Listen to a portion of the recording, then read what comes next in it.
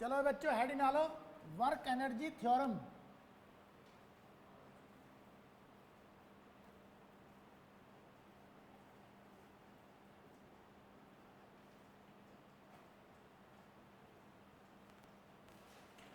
Work energy theorem लिखो इसमें। According to this theorem,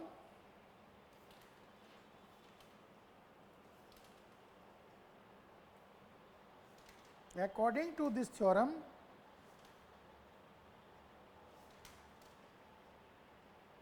work done by total forces, work done by total forces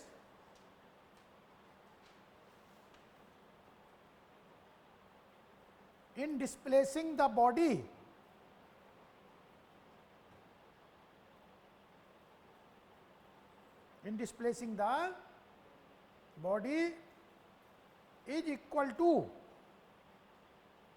is equal to change in its kinetic energy, is equal to change in its kinetic energy.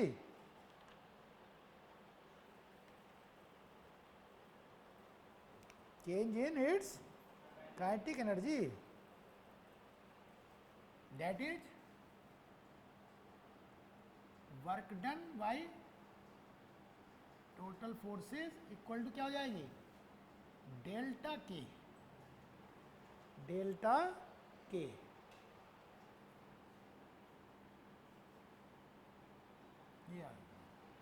Clear? अगर किसी body पर कई force लगे हुए हैं, बहुत सारे force लगे हुए हैं, तो सभी फोर्सेस का वर्क डन एक साथ निकल जाएगा वर्क एनर्जी थ्योरम से। अगर बहुत सारे फोर्स लग रहे हैं और सभी फोर्सेस के द्वारा वर्क डन निकालना है, तो ये थ्योरम यूज किया कर, एक साथ निकल जाएगा। Work done by total forces is equal to change in its kinetic energy. बता भाई।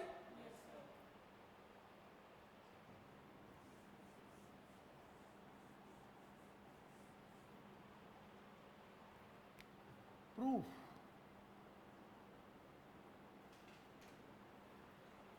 प्रूफ देखो इसका।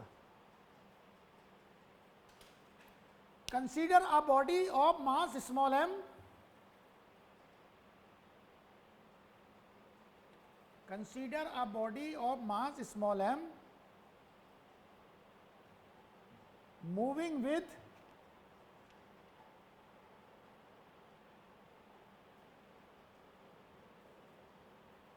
initial velocity u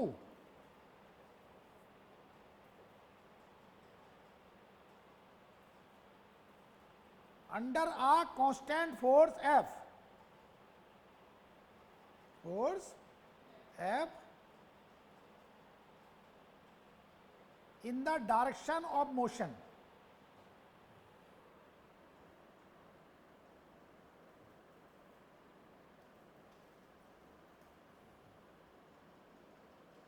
comma the body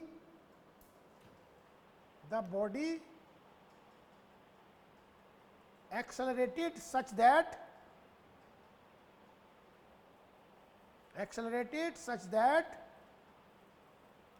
its final velocity becomes v after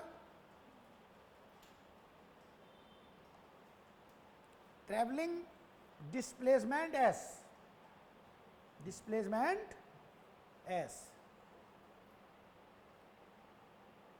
ठीक है।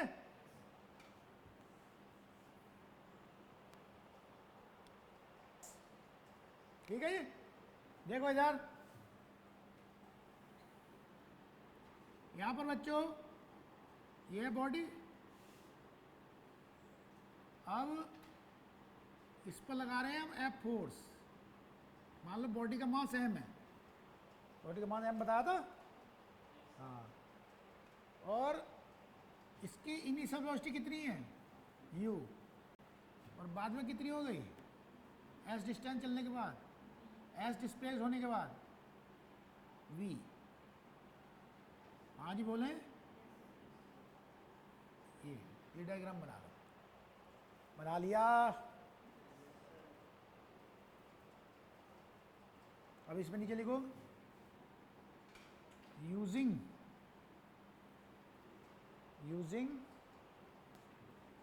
B square equal to u square plus 2as। बताओ बाल को। तो इससे क्या हो जाएगा, b square minus u square equal to 2as। उसकी तबीयत खराब है क्या, वो आया नहीं जो 2-3 दिन से, उसका नंबर है तुझमें, तुम्हारे पास किसी के? कौन आया था एक दिन तबीयत खराब हो रही है अभी ठीक नहीं हुई, तो नंबर में नहीं रखते आपस में? B square minus u square equal to 2as लिख लिया। B square minus u square equal to 2as। तो इससे क्या करो बच्चों, ए निकाल लो। ए कितना हो जाएगा, b square minus u square upon 2s। लिख लिया। अब इसके बाद फोर्स कैलकुलेट कर सकते हैं। नाउ एफ इक्वल टू क्या हो जाएगा, एम ए हो जाएगा, m v square minus u square upon 2s। ये हो गया, हो गया।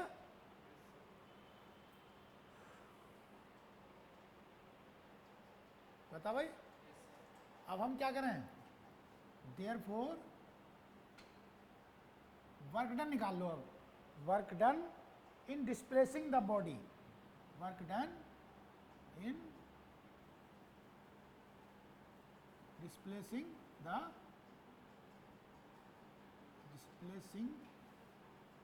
The body. बताओ भाई क्या हो जाएगी, W equal to F into S. बोलो।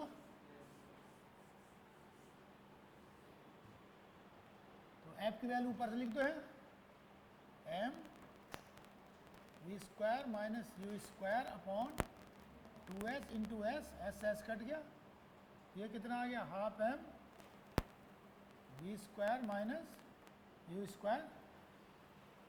अरे हो गया। फिर हम इसे क्या लिख सकते हैं, half m v square minus half m u square. बता भाई। फिर हम इसे क्या लिख सकते हैं, के फाइनल माइनस के इनिशियल। फिर इसमें क्या लिख सकते हैं, डेल्टा के, यानी कि चेंज इन क्वांटिटी हो गई। Has proved.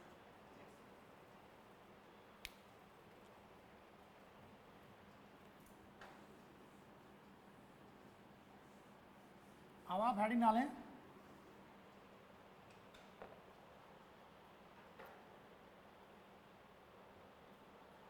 Conservation of mechanical energy. Heading डालें, conservation of mechanical energy.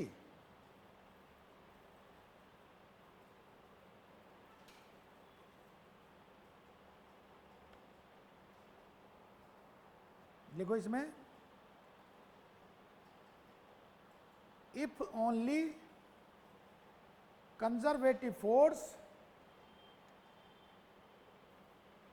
acts on a system, if only conservative force acts on a system, then total mechanical energy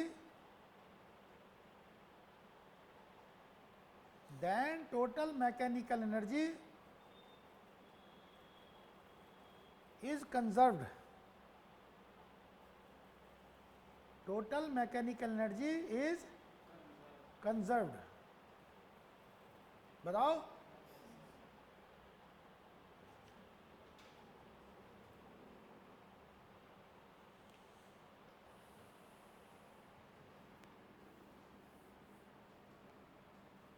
That is, हाँ भाई क्या, बताओ भाई क्या लिखा है,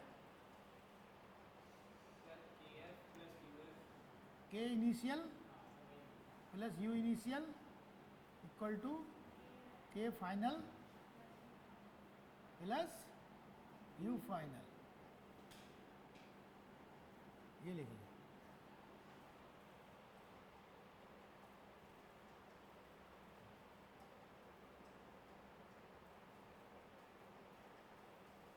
सही। देखिए इसे ऐसे भी लिख सकते हैं, अगर हम इसे ऐसे लिख लें के इनिशियल माइनस के फाइनल, यदि इसे इधर ले आए और इसे लिख लें U F minus you initial, लिख सकते हैं।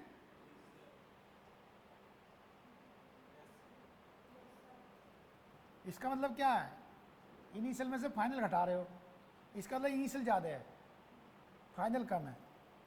तो जब इनिशियल में से फाइनल घटाते हैं तो काइनेटिक एनर्जी की डिक्रीज आई है या इंक्रीज आई है? डिक्रीज। तो इसे हम लिख सकते हैं decrease in K E, decrease in K ई क्या इक्वल, किसके इक्वल हो गई? अब देख ये क्या हो गई, इधर देख, इधर इंक्रीज इन पी, इस तरीके से भी लिख सकते हैं इसे, ऊपर वाले कॉन्सेप्ट को इंक्रीज और डिक्रीज के कॉन्सेप्ट में भी लिख सकते हैं। समझ में आई? या तो ऐसा कर दिया करें कंजर्वेशन में, कंजर्वेशन मैकेनिकल एनर्जी में, कंजर्वेशन मैकेनिकल एनर्जी का मतलब क्या है, यहाँ पर केवल काइनेटिक एनर्जी और पोटेंशियल एनर्जी में डील कर रहे हैं। समझ में आई? ये एनर्जी आपस में चेंज होंगी, समझ में आई? और दोनों का सम हमेशा कांस्टेंट रहेगा। क्लियर? या तो ये वाली बात याद रखें या फिर ये, इसे ऐसे भी लिख सकते हैं। देख कैसे, अगर मैं इसे ऐसे लिखूं के फाइनल माइनस के इनिशियल, तो ये क्या हो जाएगा इधर, you initial minus you final. तो हम इसे क्या लिख सकते हैं, अब हो जाएगा ये डिक्रीज, सॉरी अब हो जाएगा ये increase in K E equal to decrease in P, ऐसे भी लिख सकते हैं।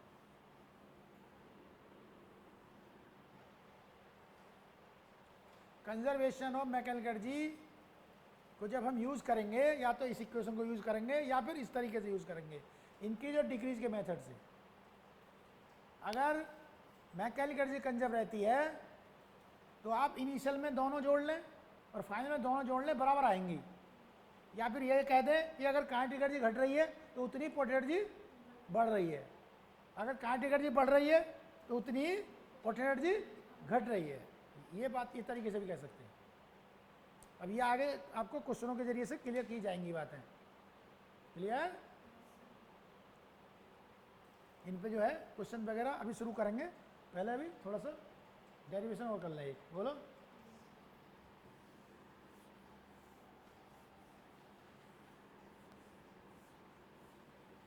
हेडिंग डालेंगे conservation of mechanical energy for a freely falling body, for a freely falling body. ये स्कूल में प्रूफ करने के लिए आता। अगर कोई बॉडी अंडर ग्रेविटी में नीचे गिर रही है, बोलो, तो ये प्रूव करो गिरते समय उसके प्रत्येक पॉइंट पर काइनेटिक एनर्जी और पोटेंशियल एनर्जी का सम कांस्टेंट रहता है, यानी कि मैकेनिकल एनर्जी कंजर्व रहती है। मैकेनिकल एनर्जी कंजर्व रहती है। बताओ मैकेनिकल एनर्जी कौन कौन सी होती हैं? काइनेटिक एनर्जी और पोटेंशियल एनर्जी, इन्हें ही मैकेनिकल एनर्जी कहते हैं। मैकेनिकल एनर्जी कंजर्व रहने का मतलब क्या है, काइनेटिक एनर्जी और पोटेंशियल एनर्जी का सम कांस्टेंट रहता है हर पॉइंट पर। जैसे के इनिशियल प्लस यू इनिशियल और के फाइनल प्लस यू फाइनल। अगर दो पॉइंट ले लिए इनिशियल फाइनल, तो इस पर भी दोनों का जोड़ बराबर होगा, इस पर भी दोनों का जोड़ बराबर होगा। क्लियर है? अब हम क्या कर रहे हैं इस समय, प्रूफ। हमें कंजर्वेशन ऑफ मैकेनिकल एनर्जी समझानी है फ्रीली फॉलिंग बॉडी को लेकर। ठीक है? प्रूफ करने के लिए आता है ये स्कूल में आता है, स्कूल के पर्पज से है ये। समझ में आ रही है? मैं स्कूल के पर्पज से भी लिखवा देता हूँ, इनमें देख देख के कर ले करो, बताओ। अब इसमें लिख, consider a body, consider a body of mass small m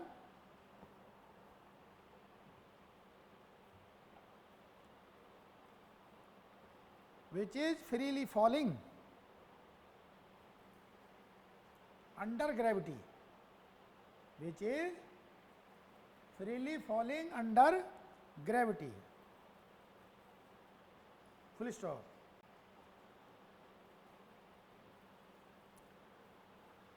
Let there are 3 points A, B, C as shown in figure, as shown in figure, full stop. Body is dropped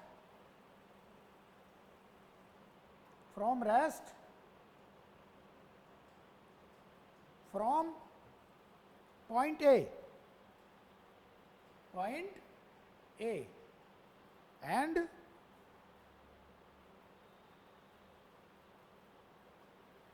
finally reach to point C, and finally reach to point C. Clear? देखो आ जाओ मैदान में।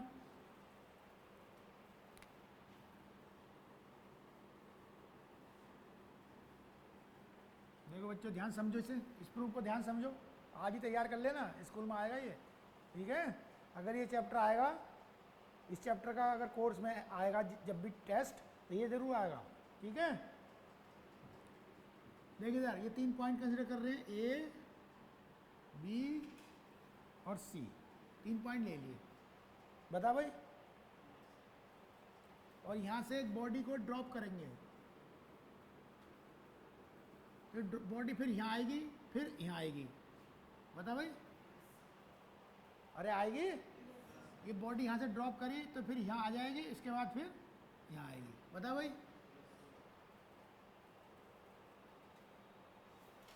अब suppose कर इधर देख, जब ये ऐसे करे गिर रही है, नीचे गिर रही है, बोल, तो इसे एक काम करो भाई, इसकी पूरी हाइट तो h मान लो, पूरी हाइट तो h मान लो, बोले करो यार। और a से b तक की x मान लो, और b पॉइंट पर जो वेलोसिटी है इसे मान लो v1, और यहाँ पर मान लो c पॉइंट पर v, इसे मान लो इस तरह से, है। अब देखो करते हैं प्रूव।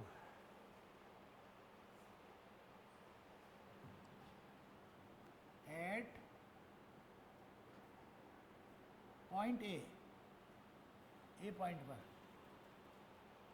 बता भाई। ए पॉइंट पर काइनेटिक एनर्जी कितनी है, बता। ए पॉइंट पर काइनेटिक एनर्जी बॉडी की ड्रॉप करिए वहाँ, तो इसका मतलब वहाँ वेलोसिटी 0 है, जो छोड़ी है जिस समय, तो काइनेटिक एनर्जी होगी 0, बता। और पोटेंशियल एनर्जी बता, यूए, इस रेफरेंस लेवल ये मान ले, इसके हिसाब से, इसे रेफरेंस लेवल मान ले, इसके हिसाब से हो गई एम जी एच, बता भाई। तो देयरफॉर टोटल मैकेनिकल एनर्जी कितनी हो गई, टोटल मैकेनिकल एनर्जी, बता भाई। टोटल मैकेनिकल एनर्जी जो मैं लिख रहा हूँ वो ई से लिख रहा हूँ, ई ए लिख दूंगा टोटल के लिए, ये हो जाएगी के ए प्लस यू ए, बता। 0 plus m g h equal to कितनी आ गई, एम जी एच, ये आ गई एम जी एच, बता भाई। Equation number 1, equation number 1 clear बेटा। अब देख ध्यान से देख, अब एट पॉइंट बी पॉइंट पर, बी पॉइंट पर, हाँ जी बोलो, बी पॉइंट पे बताओ, बी पॉइंट पे बताओ। बी पॉइंट पर सबसे पहले के बता, के हो जाएगी half m v one square.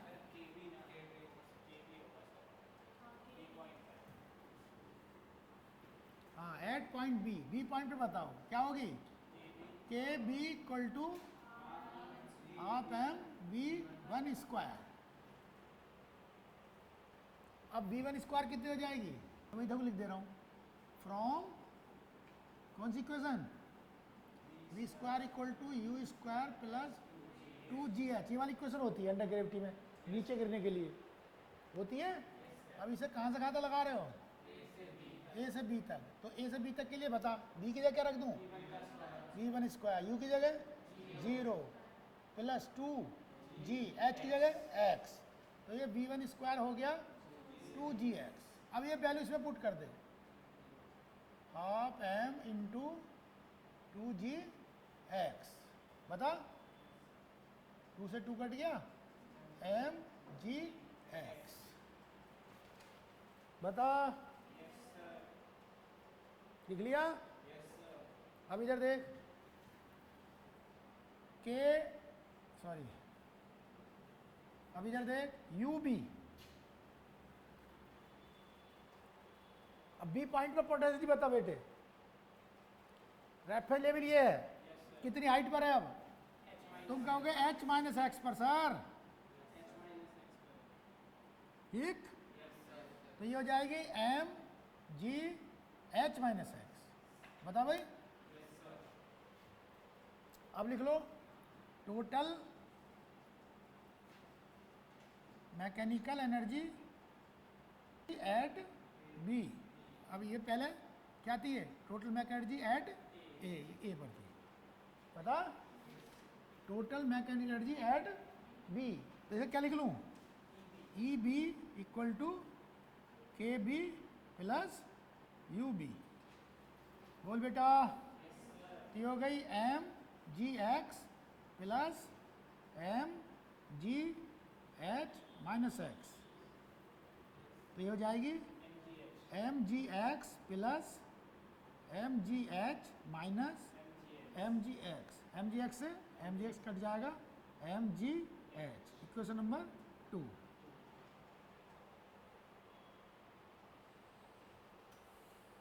आ गई। अब एक पॉइंट पर और निकालते हैं, वो भी इतनी आनी चाहिए, ठीक। अब हम निकालते हैं at point C, at point सी,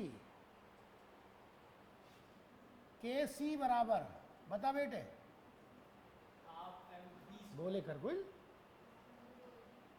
यहां पर आकर के वेलोसिटी है बेटे, जीरो कैसे हो जाएगी, ऊपर रेस्ट से छोड़िए, वेलोसिटी बढ़ती जा रही है, काइनेटिक एनर्जी में तो वेलोसिटी होती है, तो कितनी हो जाएगी काइनेटिक एनर्जी इसी पॉइंट पर, हाफ एम वी स्क्वायर। अब देख इधर, from v square equal to u square plus 2gh। अब यहाँ कहाँ से कहाँ तक के लिए लगा दूँ, ए से सी तक, बोल, तो क्या हो जाएगी ये, वी स्क्वायर इक्वल टू 0 का स्क्वायर प्लस 2gh, यानी 2gh हो गई, क्लियर। तो अब यहाँ इसमें वैल्यू रख दो, हाफ एम इंटू 2gh, 2 से 2 कट गया, एम जी एच, बता। अब इसके बाद यू सी बता बेटे, यू सी बता, हाँ, यहाँ पर पोटेंशियल एनर्जी, यहाँ पर हाइट 0 हो गई क्योंकि रेफरेंस लेवल ये है, वो 0 हो गई, क्लियर। अब इसके बाद total mechanical energy at C, E C equal to K C plus U C, m g h plus 0 equal to m g h, question number 3 है। हो गया काम? हैं? हाँ हाँ हाँ। अब नीचे लिखते हैं फ्रॉम इक्वेशन 1, 2 एंड 3 बताओ। E A equal to E B equal to E C, hence proved, hence proved.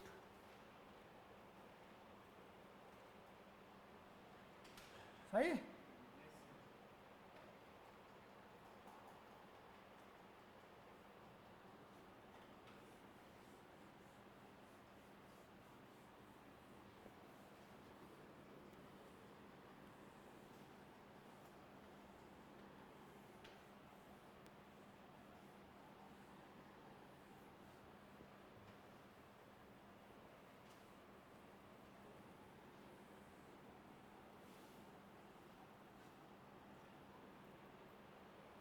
बोलो। अब इधर देख,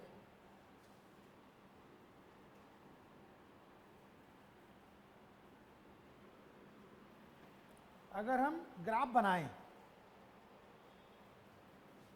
एनर्जी और पोजीशन के बीच,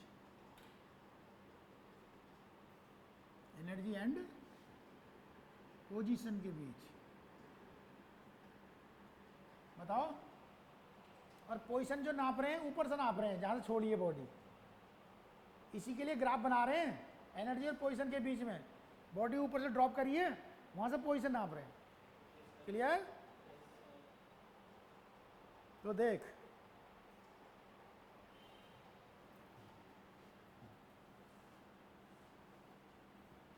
टोटल मैकेनिकल एनर्जी का ग्राफ ये आएगा। बता भाई, मैकेनिकल एनर्जी कैसी रहती है? कंजर्व्ड। तो ये तो हो गई मैकेनिकल एनर्जी। बता,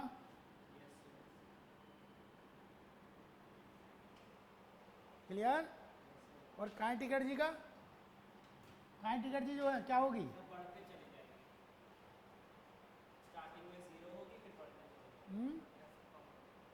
देख इधर, ये ग्राफ किसका? काइनेटिक एनर्जी का, पोटेंशियल एनर्जी का? और ये ध्यान से समझ लो। ये तो हो गया मैकेनिकल एनर्जी का, और ये हो गया पोटेंशियल एनर्जी का, और ये काइनेटिक एनर्जी का। देख, जब हम जहां ऊपर से छोड़ रहे हैं उस समय पर पोटेंशियल एनर्जी मैक्सिमम है, पोटेंशियल एनर्जी घटती जाएगी। और काइनेटिक एनर्जी क्या उस समय? मिनिमम। तो काइनेटिक एनर्जी बढ़ती जाएगी और टोटल एनर्जी उतनी जाएगी, टोटल एनर्जी उतनी रहेगी। ये इस तरह ग्राफ प्राप्त होता है। क्लियर? ये प्रूफ है। अब आपको क्वेश्चन सिखाए जाएंगे वर्क एनर्जी थ्योरम के ऊपर बेस्ड और कंजर्वेशन ऑफ मैकेनिकल एनर्जी के ऊपर बेस्ड क्वेश्चन सीखने हैं। क्लियर? अब हम एक पहला क्वेश्चन ले रहे हैं, इसे देखो ध्यान से। क्वेश्चन लिखो, a person of mass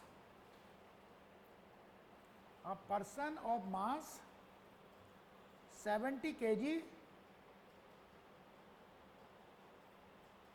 jumps from a stationary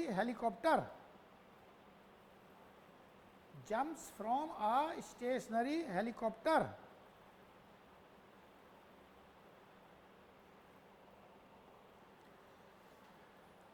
with open parachute, ठीक है, full stop. When he falls through 50 meter,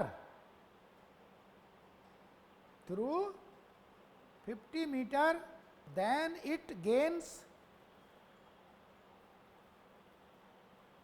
speed of 20 meter per second. Full stop. Find the work done by air resistance force, by air resistance force. देखो ध्यान समझो, इधर देख, जब किसी body पर कोई फोर्स लगता है तो उसके द्वारा वर्क डन निकालना सिखा रखा है मैंने। अगर कांस्टेंट फोर्स है तो एफ एस कॉस थीटा या F vector dot S vector, अगर वेरिएबल है तो integration F vector dot D S vector, बता रखा है। तो फिर वर्क एनर्जी थ्योरम की क्या जरूरत पड़ गई जब वर्क डन हम वैसे निकाल पा रहे हैं। मान लो एक से अधिक फोर्स लगे हुए हैं और कुछ फोर्स हमें मालूम है, कुछ हमें मालूम ही नहीं है, कुछ नोन है, कुछ अननोन है। बोल। तो हमें मालूम है work done by total forces जो होता है चेंज इन काइनेटिक बराबर होता है वर्क एनर्जी थ्योरम से। तो उससे हम जो है सभी फोर्सेस के द्वारा वर्क डन निकाल लेंगे जितने फोर्स लग रहे होंगे। क्लियर? अब जैसे समझ में आई, तो जैसे यहां पर जब पर्सन गिरा पैराशूट से तो पर्सन पर कौन कौन से फोर्स लग रहे हैं? ग्रेविटी का फोर्स और एयर रेजिस्टेंस का फोर्स। तो इन दोनों फोर्स का वर्क डन मैं वर्क एनर्जी थ्योरम से निकाल सकता हूं। अब मुझे एक का तो मैं फॉर्मूले से मालूम है मुझे, तो उसकी वैल्यू उसमें डाल दूंगा तो फिर मेरी अननोन वाली निकल जाएगी। ये फायदा।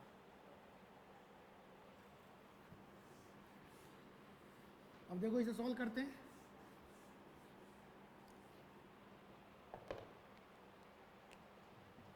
सॉल्यूशन देखो,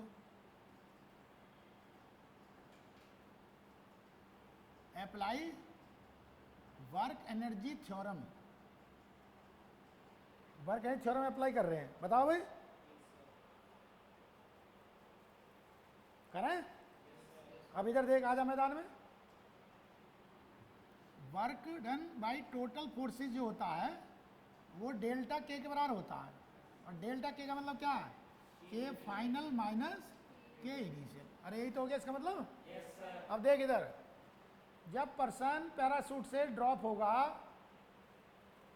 तो उस पर कौन कौन से फोर्स लगेंगे? एक तो उसे ग्रेविटी नीचे खींचेगी और एक एयर रेजिस्टेंस फोर्स लगेगा। एयर तो दो फोर्स लगेंगे, तो ये work done by total force आ गया। तो अब हम इसे क्या लिख सकते हैं? Work done by gravity. तो ये हो गई के फाइनल माइनस के इनिशियल, ये हो गई। अरे हो गई। अब देख इधर, अब यहां पर वैल्यू निकाल लेते हैं। के इनिशियल कितनी हो जाएगी? शुरू में जब वो पैराशूट ओपन करेगा, जब शुरुआत करेगा तो जीरो से वेलोसिटी शुरू करेगा, तो जीरो हो गई। K final half m v square.